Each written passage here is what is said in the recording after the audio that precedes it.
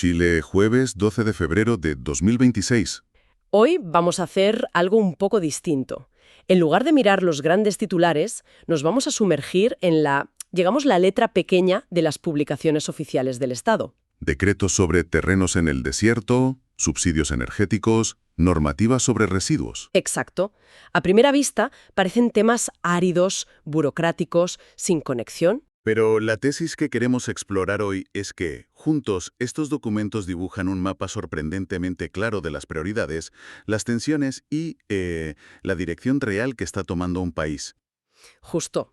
La pregunta que nos guía es, ¿qué historia nos cuenta la burocracia del día a día sobre el Chile de 2026? Y esa historia, por lo que veo, empieza en el norte. Sí, en el desierto de Atacama. Hay un goteo constante de concesiones de terrenos fiscales por parte del Ministerio de Bienes Nacionales, y casi todas se concentran en un único punto: Calama, en la región de Antofagasta, el epicentro de la minería del cobre. Ahí está. ¿Vale? A ver, vamos a desglosar esto. Supongo que no se trata de terrenos para construir viviendas o parques, ¿no? No, para nada. Es un ecosistema industrial completo. Por ejemplo, a la constructora de pavimentos asfálticos Bitumix le han concedido más de 3 hectáreas por 10 años. ¿Y para qué? Pues para montar una planta de producción de mezclas asfálticas. Carreteras, vamos. Infraestructura pura y dura. ¿Y a cambio de qué? ¿Son muy caros estos alquileres estatales? Aquí viene un detalle clave. La renta anual es de 188 unidades de fomento. La UF. La UF, claro. Hay que explicar esto. Sí, es fundamental. La UF no es una moneda como el peso, es una unidad de cuenta que se ajusta cada día con la inflación. O sea, usarla en contratos a largo plazo es una forma de protegerse de las fluctuaciones económicas. Exacto. Da una estabilidad que el dinero normal no tiene. Es un blindaje contra la inflación. Y esas 188 UF, para que nos hagamos una idea aquí en España, ¿de cuánto dinero estamos hablando? Pues al cambio actual serían unos 7.000 euros al año. 7.000 euros al año por más de 30.000 metros cuadrados. Sí, suena bastante favorable, ¿verdad? Desde luego. Esto nos dice que el objetivo del Estado no es tanto recaudar. No, para nada. Es incentivar activamente que estas industrias se instalen allí, facilitar las cosas para crear ese tejido industrial de apoyo a la minería. Vale. ¿Qué más piezas hay en este puzzle industrial? Pues otra pieza clave es la logística. A una empresa llamada Sisa S.p.A. le han dado una parcela algo más pequeña, de unos 6,6 mil metros. Ajá. Pero fíjate en el plazo, ¿Cuánto? 20 años. ¿20 años? Vaya. Eso ya no es una concesión temporal, es casi una declaración de intenciones. Totalmente. Es una apuesta a muy, muy largo plazo. El Estado está diciendo, contamos con que la minería va a necesitar camiones y mantenimiento aquí durante las próximas 2 décadas. Es una señal de estabilidad potentísima para los inversores. Y la tercera que me llamó la atención, Vermac S.p.A., va en la misma línea. Más de 5.000 metros también por 20 años para movimiento de tierras y alquiler de maquinaria pesada. El cliente, claro, la gran minería. Obviamente. Entonces, el patrón es clarísimo. No son empresas aisladas, es el Estado tejiendo una red de servicios para su principal industria. Sí, pero ojo, también está asumiendo un riesgo estratégico. Al concentrar tantas concesiones a tan largo plazo en servicios para una única industria, la del cobre, está doblando la apuesta por ella. Es una estrategia de hiperespecialización, digamos. Exacto. Si el precio del cobre se mantiene alto, es una jugada maestra. Si en 10 años hay una caída drástica del mercado, Todo este ecosistema podría sufrir enormemente. Es fascinante cómo un simple listado de terrenos nos revela una estrategia económica nacional. pero es que mientras todo esto pasa en el corazón industrial de Antofagasta, los documentos nos muestran una realidad muy distinta un poco más al norte, ¿Dónde? en la región de Arica y Parinacota, y es el contrapunto lo que le da sentido a la historia. A ver. Allí encontramos una concesión de 1.300 metros cuadrados a la municipalidad de Camarones, y a diferencia de las anteriores, esta es gratuita. Gratuita. Y para un fin completamente diferente, me imagino. Exacto. Es para el proyecto de construcción y mejoramiento de la multicancha de Cuya. Una instalación deportiva para la comunidad. Eso es, con un plazo de 15 años. Y aquí es donde vemos la tensión fundamental en la política de un Estado. Por un lado, tienes que engrasar la maquinaria que genera la riqueza, que es la minería en Calama. Claro. Pero por otro lado, si todo el suelo fiscal se destina a la industria, ¿qué queda para la gente? La cancha en Camarones no es solo una cancha. Es un símbolo de que el Estado reconoce que no se puede vivir solo de minería, que la cohesión social también necesita inversión. Esa es la clave. Es el equilibrio entre desarrollo económico y desarrollo social. Un taller en Calama y una cancha en Cuya, decididos casi al mismo tiempo, nos cuentan más sobre el modelo de país que muchos discursos. Y toda esta actividad industrial, claro, necesita una cantidad de energía brutal. Y eso al final se refleja en la factura de la luz de todo el mundo. Lo que nos lleva... Directamente al segundo gran tema que aparece en los documentos de hoy. Así es, pasamos de la gestión del territorio a la gestión del bolsillo de la gente. El Ministerio de Energía acaba de aprobar el listado definitivo de beneficiarios de un subsidio transitorio al consumo eléctrico, y es una medida de un alcance social masivo. Cuando dices masivo, ¿de qué cifras estamos hablando? Los números son mareantes. Estamos hablando de una inyección directa de más de 70.000 millones de pesos. Para que nos hagamos una idea, esos son unos... Unos 75 millones de euros. Y esta ayuda va a llegar a casi 2 millones de hogares. 2 millones. Concretamente, 1.921.620 solicitudes válidas. Esto no es una ayuda puntual, es una operación logística estatal de primer nivel. Casi 2 millones de familias. Eso es una porción enorme de la población del país. ¿Y por qué ahora? ¿Qué ha motivado esta medida tan grande? Esto es la consecuencia de una ley de 2024 que buscaba estabilizar las tarifas eléctricas, que llevaban tiempo congeladas artificialmente. Claro, al sincerar los precios se sabía que el golpe para los hogares más vulnerables iba a ser muy duro. Exacto. Este subsidio es el mecanismo para amortiguar ese golpe. Lo que vemos ahora no es el diseño de la política, es su ejecución en el mundo real. Y me imagino que poner en marcha algo así debe ser una pesadilla logística. ¿Cómo sabe el Estado a quién tiene que ayudar? Es una coreografía administrativa muy compleja. Lidera el Ministerio de Energía, pero necesita el de Desarrollo Social y Familia, que cruza los datos con el Registro Social de Hogares. Que es esa base de datos gigantesca que clasifica a la población según su vulnerabilidad. Eso es.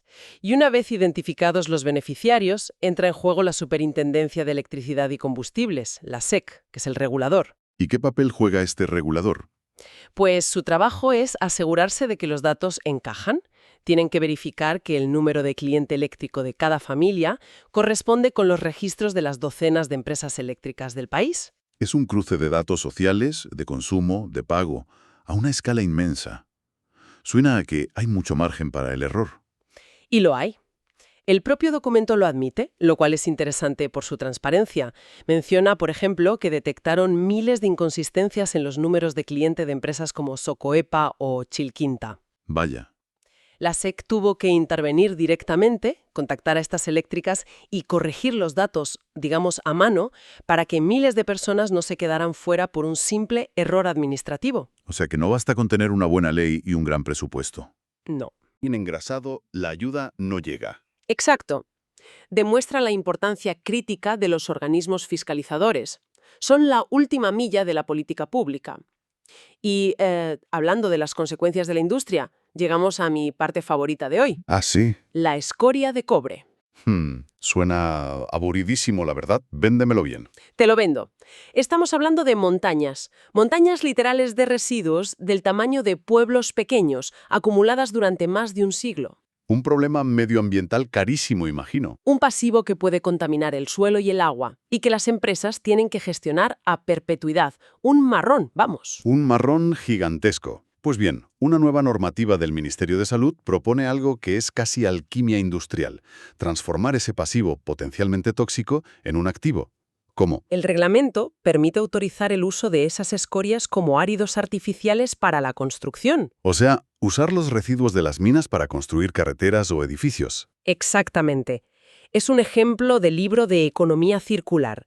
En lugar de seguir abriendo canteras para extraer áridos naturales, se reutiliza un subproducto industrial masivo. Suena una solución redonda.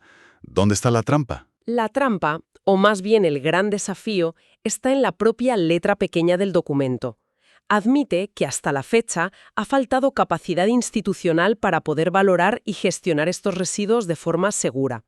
Dicho de otro modo, aprobar la ley es el primer paso, el más fácil. Precisamente. Lo difícil es llevarlo a la práctica. Claro. El éxito de esta idea tan potente dependerá de dos cosas. Primero, Una fiscalización sanitaria extremadamente rigurosa para garantizar que su uso es 100% seguro. ¿Y segundo? Que la propia industria de la construcción confíe en este nuevo material y lo adopte. No es solo un cambio normativo, es un cambio de paradigma que requiere confianza y un control impecable. De la gran estrategia económica a los detalles de la implementación. Y ahora a una serie de anuncios más pequeños, pero que nos dan una idea del ritmo y el funcionamiento interno del país. ¿Sí? Es el pulso del día a día, como bajar de la vista de satélite al nivel de la calle. Y el primer ejemplo parece muy técnico. El Archivo Nacional autoriza a la Defensoría Penal Pública a eliminar las carpetas de causas penales en papel. Entiendo que no significa que se pierda la información, no. Habrá un respaldo digital. Correcto. La condición es que se haya completado un proceso de micrograbación o digitalización. Lo realmente interesante es la justificación que se da para destruir los originales. ¿Cuál es? Que se constató la inexistencia de valores históricos y culturales en esa documentación. Y ahí se abre un debate fascinante. ¿Quién decide qué tiene valor histórico y qué no? Esa es la pregunta del millón. Por un lado, es un impulso evidente hacia la eficiencia. Menos papel es un ahorro brutal en costes, un acceso a la información más rápido. La modernización del Estado en acción. Pero, por otro lado, Está la reflexión sobre la memoria. claro, una carpeta de una causa penal de hace 30 años puede parecer burocracia inútil hoy, pero para un historiador, dentro de 100 años, podría ser una fuente de información increíble. La decisión de qué se guarda y qué se destruye define qué partes del pasado se podrán estudiar en el futuro. Esa tensión constante entre la eficiencia del presente y la preservación para el futuro. Y de los archivos nos vamos al otro extremo del país, a la región de Magallanes. Sí, en la Patagonia. Allí también hay movimiento en un sector completamente distinto. Se ha constituido oficialmente una nueva asociación gremial. La Asociación Gremial de Pesca Artesanal y de Apoyo a las Actividades de Salmonicultura Faros del Sur. El nombre es larguísimo. Sí, pero nos muestra la vitalidad del tejido asociativo. Los pescadores artesanales y los que trabajan en torno a la industria del salmón se están organizando. Que no es algo trivial. Para nada. Significa que buscan tener una voz unificada para defender sus intereses, para negociar. Es un indicador de madurez y organización. Vimos la organización de la industria minera en el norte y ahora la de la pesca en el sur profundo. Exacto.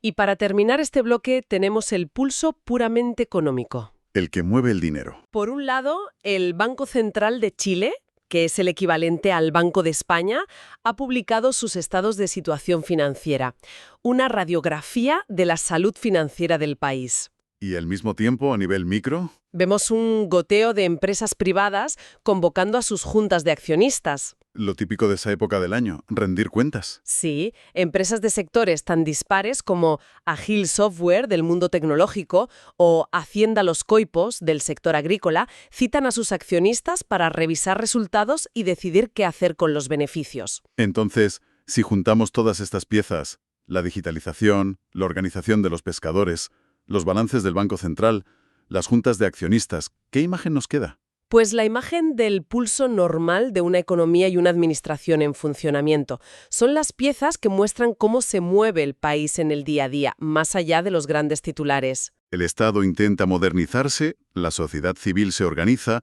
y el sector privado sigue su ciclo. Es el motor funcionando a velocidad de crucero. Haciendo un recuento, hoy hemos viajado desde el desierto de Atacama viendo cómo se otorgan terrenos para fortalecer la industria del cobre. Hemos entendido la logística masiva detrás de un subsidio eléctrico que llega a millones. Hemos descubierto el intento de convertir un residuo minero en un material de construcción. Y hemos terminado sintiendo el pulso de la maquinaria administrativa y empresarial del país. Y al final todos estos decretos, que parecían áridos y desconectados, Nos han contado una historia muy coherente sobre las prioridades de un país, la forma en que se gestiona el territorio, se distribuyen los subsidios y se regulan las industrias. Eso es lo que, en la práctica, define el modelo de desarrollo. Entonces, ¿cuál es la reflexión final con la que nos dejas? Pues la pregunta que queda abierta y que estos documentos no responden, pero sí plantean con una claridad meridiana, es esta. Al observar este conjunto de decisiones simultáneas, desde una multicancha gratuita en un pueblo hasta un taller para camiones mineros arrendado por 20 años, ¿qué tensiones y qué equilibrios se revelan sobre el proyecto de país que se está construyendo hoy en Chile? La historia real no está en cada decisión aislada, sino en el balance o el desequilibrio entre todas ellas.